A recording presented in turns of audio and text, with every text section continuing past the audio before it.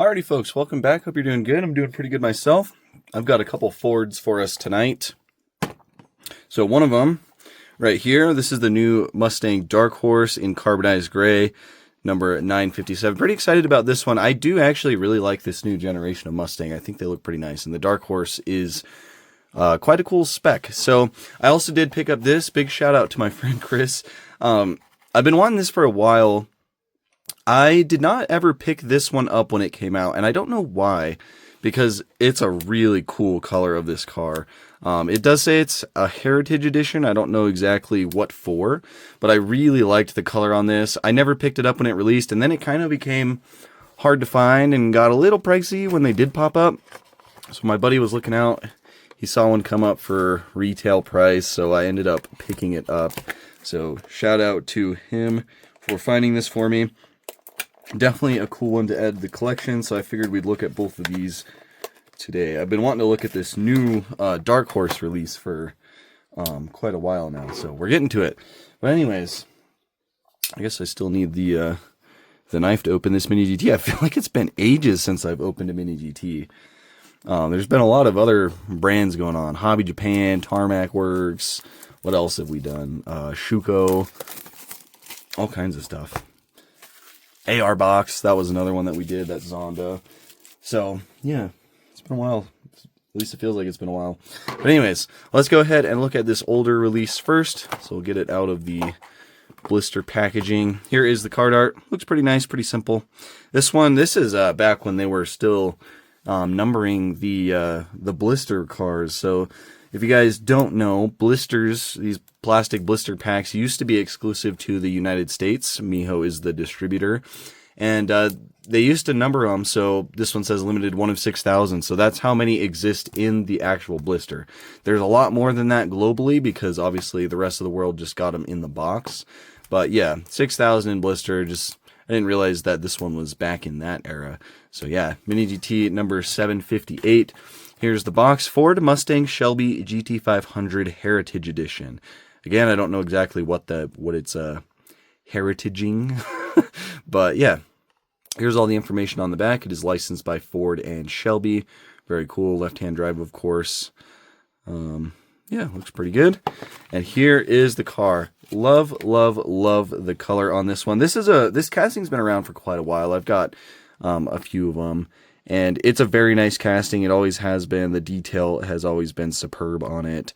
And the colors they've done have all been pretty good for it. And this might be one of my favorites, if not my favorite. I love this like light sky blue metallic. It just looks so good. Somebody in the comments should let me know what this is a Heritage Edition of. Like, what was this in homage to? I'm assuming an old Shelby Cobra. But yeah, this thing's awesome. Very, very cool. I like the white stripes with the blue. It just looks very clean. Very clean. As far as like a Mustang and a Shelby goes, it's very elegant in this color, in my opinion.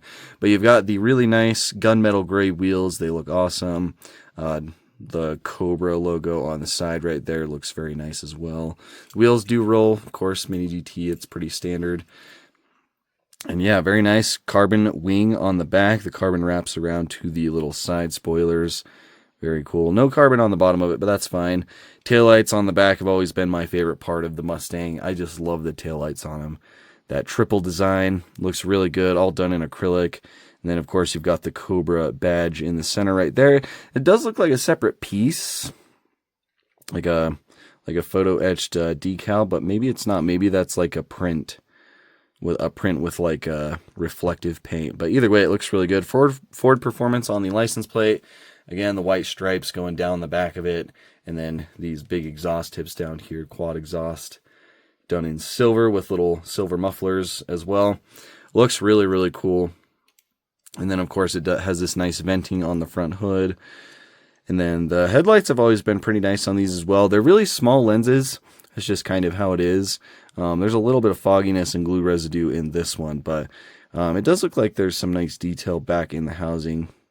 So, very cool. Again, Cobra badge in the front also is a separate piece. And it's just very, very clean, very sleek, very mean looking. It's just very cool car, honestly, in a very cool color. So yeah, like I said, glad to have this one in the collection. If there does exist a real version of this, I'll try to put it up on screen, but no promises. Sometimes this stuff is hard to find for some reason, so I'll try to get this Heritage Edition GT500 up. But yeah, there is that. Let's take a look at the Dark Horse now. So this is Mini GT number 957, Ford Mustang Dark Horse in carbonized gray. And then there's the information on the back, Ford licensing, of course, and then this information here. This one is right-hand drive. I guess I bought right-hand drive for this one. Doesn't really matter, but all right, so here it is. We'll get this back in the box. Like I said, been really excited for this casting. I think a lot of other people have been too. And here it is. So that paint looks really, really nice. Carbonized gray. That's what they call this. Looks really, really cool. It's like a gunmetal gray metallic, and it looks awesome. There's the front end. Yeah, that's cool. That's really cool. There's the back end. Yeah, it looks pretty nice so far.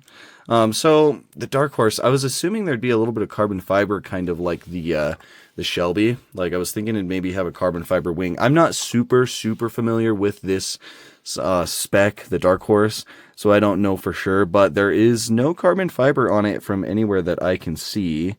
Nothing on the wing, nothing on the hood, nothing in the front up here. So yeah, I guess just no carbon on this spec. I'm sure Mini GT would have included it. It does have the defroster lines on the back window. I'm noticing that. The wheels are done in just like a matte black. Looks pretty good. This is one of those models that would benefit from brake details though. There's just a lot of space in between those spokes, but wheels roll pretty good. Yeah, the paint looks really good though. Overall, the casting itself looks pretty good as well. Really nice body lines and angles, like above this, like the top of this fender right here, like the panel lines and everything look really good. There is a little bit of like dark gray trim going around the windows I'm noticing too, which looks pretty nice.